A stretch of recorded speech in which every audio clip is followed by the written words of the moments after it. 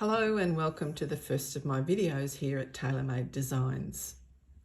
For this first video, I'm going to spend the time answering a question that I was asked recently.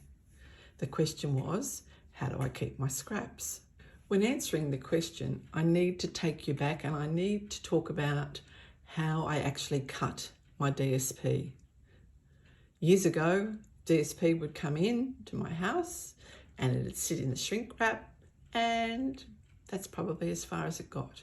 I was finding I wasn't using it, so I had to really change things up. And about 6 years ago, I decided to do things differently. And so when I get a new set of DSP, I cut it up straight away. It took me a while to figure it out. I started by actually analysing the cards that I made. And when I looked at them, I found that I use the same sort of sized paper all the time. So let's start with a piece of DSP. This beautiful piece of paper is from the In the Wild collection. While I'm not a fan of the big cats, I am a fan of the B-side. It's absolutely beautiful. Firstly, I look to see if the paper needs to be oriented a certain way. If it does, I place it into my trimmer this way. I line it up with the 6 inches and I cut the paper in half.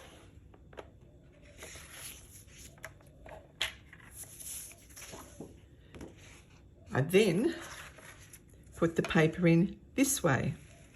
My first cut is at 4 1/8.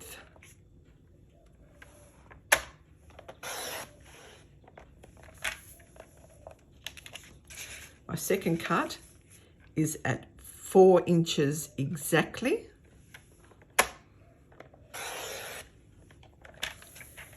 Which leaves this piece, which is 3 7/8. And I'll explain all of those sizes a bit later when I show you how I use them on actual cards. The second piece, the second 6 by 12, I put back in. I line up with the 5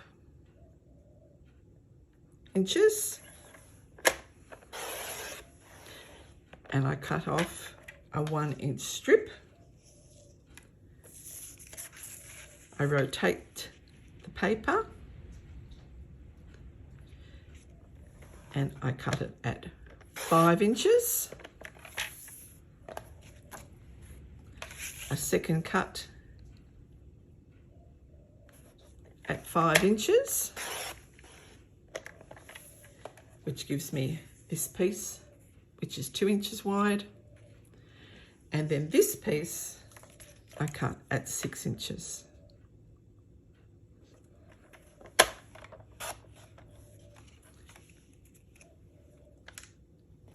While this is not how I cut every single piece of paper that comes in to my craft room, it is how I cut most of them, particularly when it has a beautiful all over pattern like this. So these bits would be used on square cards, and then these ones would be used for card fronts. These pieces are perfect for layering. It really is a matter of analysing each piece of paper. So for instance, this beautiful piece from the Blackberry Beauty Suite wouldn't be cut like that. Simply because of the design, I would cut it down the middle and then cut it into 6 even panels, because that's how you would use it. So you need to really look at each piece and decide exactly how you might actually use it. Once I've cut up the paper, I store it in stamp cases. These stamp cases are available from Stamping Up. There are 4 in a pack. In Photoshop, I have a template where I have created a front cover, if you like, that matches the front covers of the stamp cases that are available from Stamping Up. Here's an example of how I store a suite of products. In this stamp case, is the DSP from the Whimsy and Wonder suite. You can see that all the scraps are in here as well as some of the cut panels. This is the stamps in their stamp case and the dies. And so together they can be stored. Makes it easy to grab them out when I want to create something with this suite. And it's also very neat and tidy. I'm going to cut up a second sheet of DSP so you can see that again. But I just wanted to talk about the trimmer before I did that. This is the Stampin' Up! Trimmer. I am very particular about trimmers, and the original Stampin' Up! Trimmer was not one I would have recommended, to be quite honest, but this one is a beauty. I absolutely love it. You can see it has two blades, a dark one and a light one. The dark one is the cutting blade and this one is the scoring blade. I store my trimmer standing up, so when I lay it down to use it, I always push the cutting blade to the top and I leave the scoring blade at the bottom. That's because over the time I've sort of trained my muscle memory that you cut from the top, you score from the bottom. Having cut lots of paper when I actually only wanted to score it taught me that trick. So here's another piece of DSP. This one is absolutely beautiful. Just love the colours. So into the trimmer it goes. At 6 inches. Now you'll notice when I do this that I actually cut and return the blade to the top. That's so I don't cut or score the wrong piece of paper. So I go over to, for my first cut, is 4 1/8.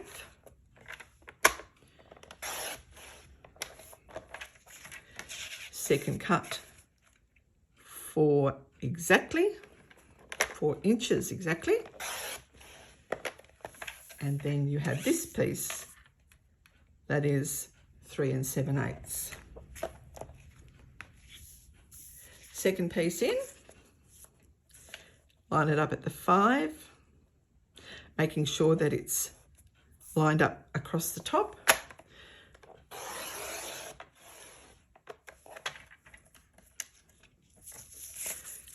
Turn it round, cut at the 5, cut again at the 5,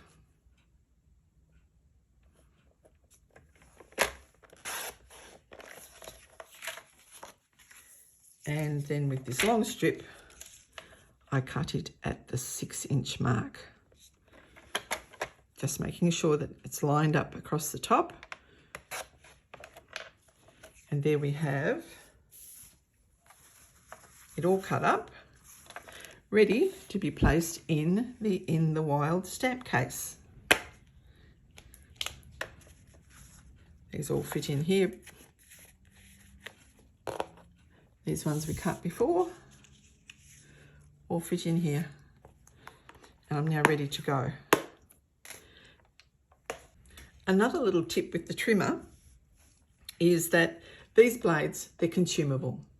The more you use them, the blunter they become.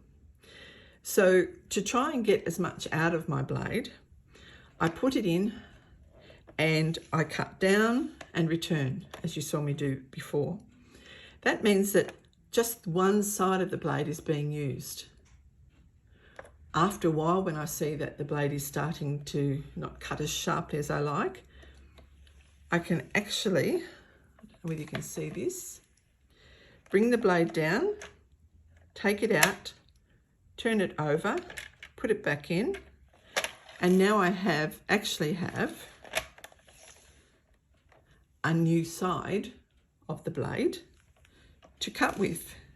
So I'm getting twice as much use out of my blade.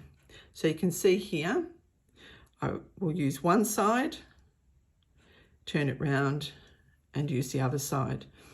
There is a little arrow here, so you just need to take note of what way you put it in, and then you know that you can turn it around and use the other side. So here is all my current DSP, cut and housed in the case. As you can see, I keep all the different sizes so that it's there ready to use. This is a 6x6, so you can see I've actually used a 4-inch piece and have 2-inch pieces left over. The other thing I'll do, and this one will give you an example of that, is I also have some of these little glad bags. And so particularly with a paper like this, where there are little pieces that we cut out, I haven't got an example here, but little pieces where we can actually die cut them from the paper, I will die cut them and then keep them in a little glad bag and any other little bits and pieces. So here I've also die cut out the little peppermint shapes. I don't know what they're called, peppermint lollies, I suppose, and kept them there too. So I keep all of that, all the different shapes and sizes. Nothing is really too small because when you want to do some patchwork or some layering of strips, you can use up all these little pieces. Again, this is another example where the dies do cut out shapes, or where I've used circles to cut out certain little shapes, and so I keep them in the little pocket inside. The painted Christmas. So if I've used something that I've stamped a panel that I think might go back with this, and I'm not ready to make the card just at the moment, I'll leave it in there too, so it's there. These ones are stamped, but I didn't need to die cut them at that particular time, so I've left them in there and they're ready. So when I'm looking to make a card later on, I can see that I've already got some pieces stamped, ready to die cut, or a panel stamped, ready to go on the front of a card. So keeping things together in the stories or the sweets makes it very easy. This is a new paper. And as you can see, I've even kept some very, very fine strips because, you know, later on, I can use some of these, layer them up on a piece of adhesive sheet and cut them out to make a design or a panel, something like that. So yes, that's how I keep my scraps. I hope that's answered that question. It was a long answer, but I needed you to understand that it all starts with the way I cut my DSP. If you have any questions, please don't hesitate to ask. I hope you've enjoyed this first video. I'm going to keep practicing and I hope they do get better. In my next video, we'll try and make a card, but we'll wait and see. More practice is needed. Thanks for joining me today. Enjoy reading the rest of the newsletter and hopefully we'll see each other soon. Bye for now.